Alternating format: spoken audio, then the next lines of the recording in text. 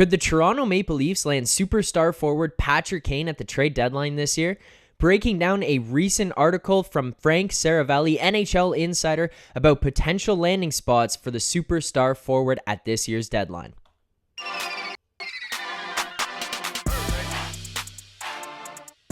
What's up, Leafs fans, and welcome back to Leafs Digest. If you enjoy the content, if you're new here, if you're coming back, you've seen it before, but you haven't hit subscribe already, please make sure to subscribe to this channel. You can also turn on notifications by clicking that bell so you'll get notified every single time that we go live here or more videos like this come out, as they will be leading up to the trade deadline. So please make sure to hit subscribe and turn on those notifications. And also, if you could, like this video. And after the fact, let us know in the comments your thoughts on a potential landing spot for Patrick Kane, if you think the Leafs could fit him, what they might have to give up, and if you as a Leafs fan would actually want to see Patrick Kane come to the Toronto Maple Leafs. But let's get into it. The other day, Frank Seravalli put out an article of potential landing spots for the unrestricted free agent at the end of this season, where he could potentially be moved at this year's deadline. That list included teams like the New York Rangers, the Vegas Golden Knights, the Los Angeles Kings, New Jersey Devils, Dallas Stars, and of course, the Toronto Maple Leafs. Now, what is the likelihood of the Leafs getting Patrick Kane? In my opinion, I think it is very low.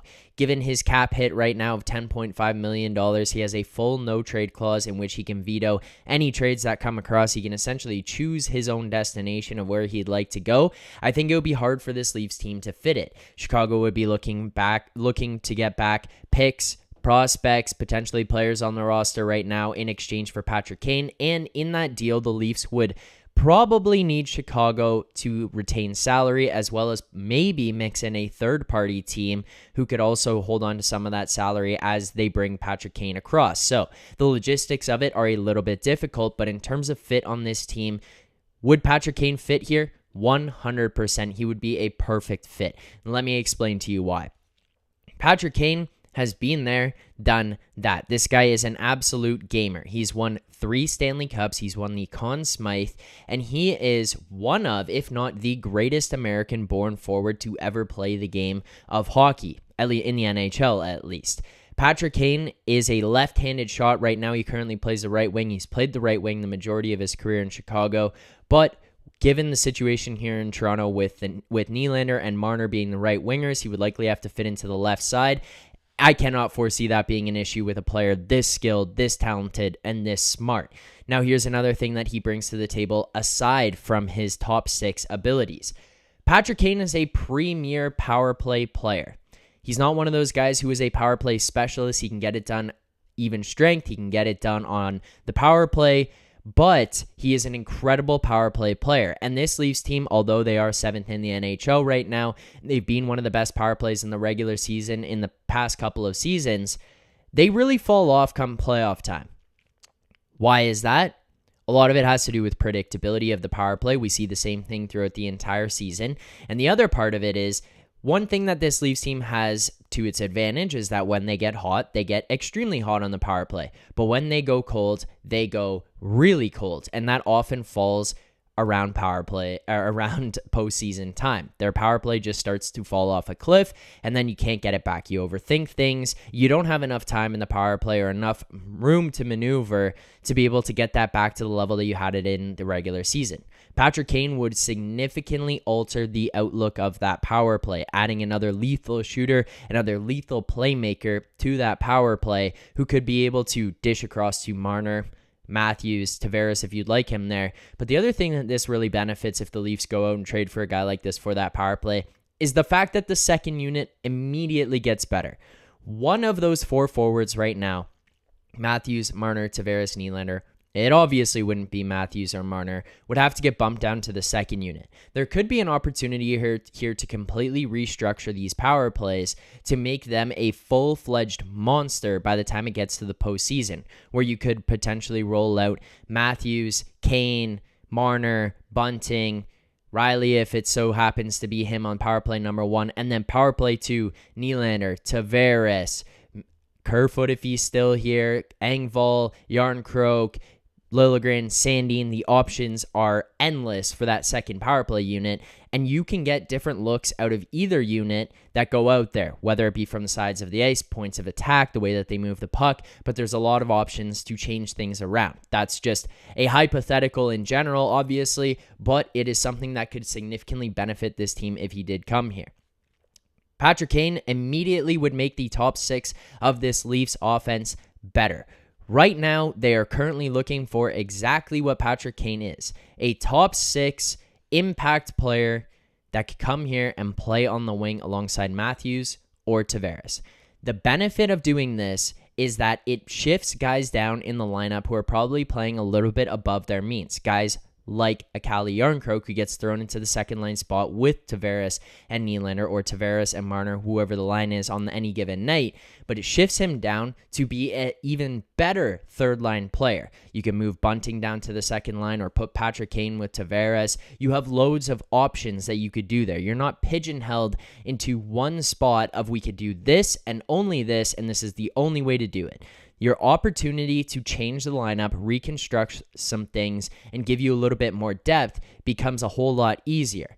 Right now, this team is quite literally looking for a top 6 forward, and Patrick Kane is a top 6 forward. Now, obviously, it would be easy to say, yes, let's go and get him. I don't know what would have to go out the door, to be quite honest with you, in terms of what that trade package would entail. That would have to go the other way. The Leafs are pretty adamant that they don't want to give up a first-round pick on a rental, and they don't want to give up a Matthew Knies.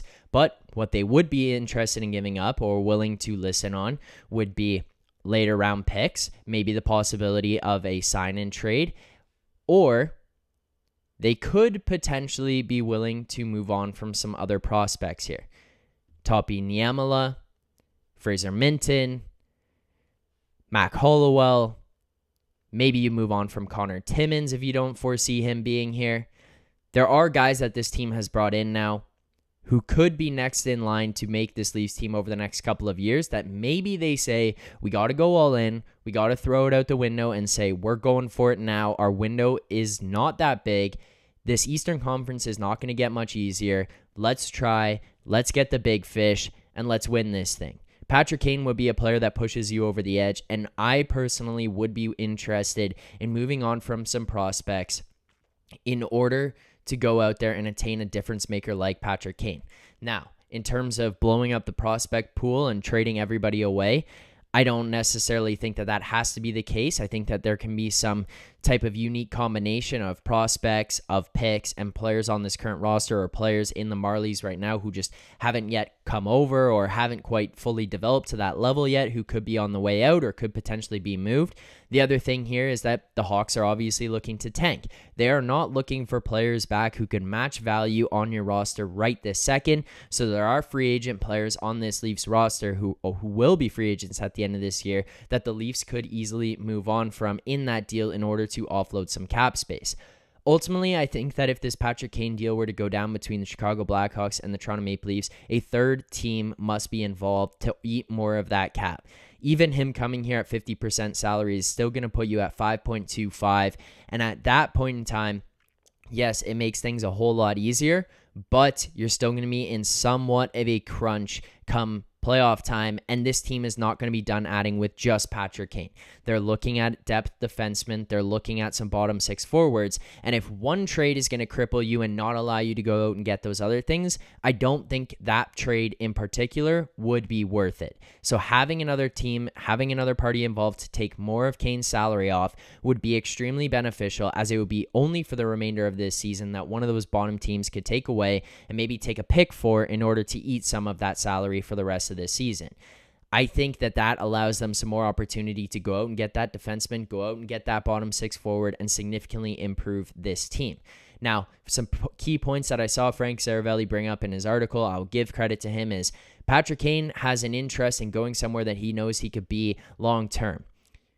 The Buffalo Sabres are a team that would be interested in drafting him or signing him as a free agent after the fact. They being a team that's being thrown out there as a team who could potentially trade for him, but I think at this point in time, they're not really interested in risking their future for that trade for a guy to go on a run for the 1 year. They would like to sign him long term. Well, Buffalo is very close to Toronto in proximity. So if he did come here to finish out the season and he wanted to move on to Buffalo and he didn't want to stay in Toronto, I know it's a pessimistic outlook from a Toronto fan who would obviously like to keep him here for a while after the fact and not sitting here saying, well, we just want to move on from the guy. But it is a potential opportunity for him to say yes to come to Toronto because Buffalo is so close. His family, his friends, they are in Buffalo. And if he moves here, it's not like he's going to have to reacclimate himself a crazy amount to go from Toronto to Buffalo if he wanted to sign there in the offseason. There could be some symmetries and some ease of transition there for Patrick Kane.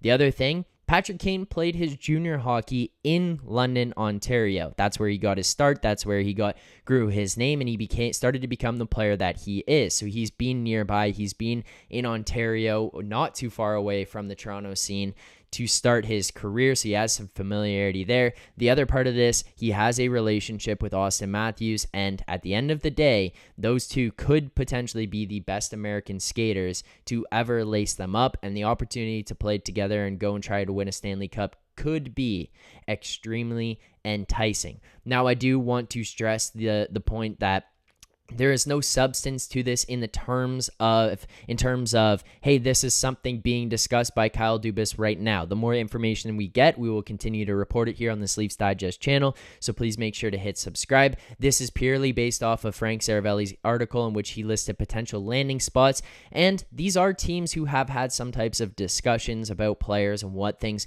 could cost for guys to move around from team to team. So Toronto obviously has had some type of internal discussion at least and potentially reached out to the Blackhawks here about what it might take to get him and how he could fit on this team. So keep your eyes out for that. But just wanted to come on here, break down the possibility of him coming, how this impacts this Leafs team, and what could potentially be involved in a trade for Patrick Kane and the logistics of that. So if you guys enjoyed the video, please like this video. Please subscribe to the Leafs Digest channel. We're trying to hit 5K by the playoffs. We're about 1.5 away, so if you could help us run those numbers up, hit subscribe. That would be greatly appreciated. But Leafs fans, thank you guys so much for tuning into this video. People around the league who are watching about Patrick Kane rumors, appreciate you tuning in as well. Hopefully you can drop a subscribe. But enjoy the All-Star break. Enjoy everything that's going on. We'll be back here on this Leafs Digest channel for more videos. Keep believing.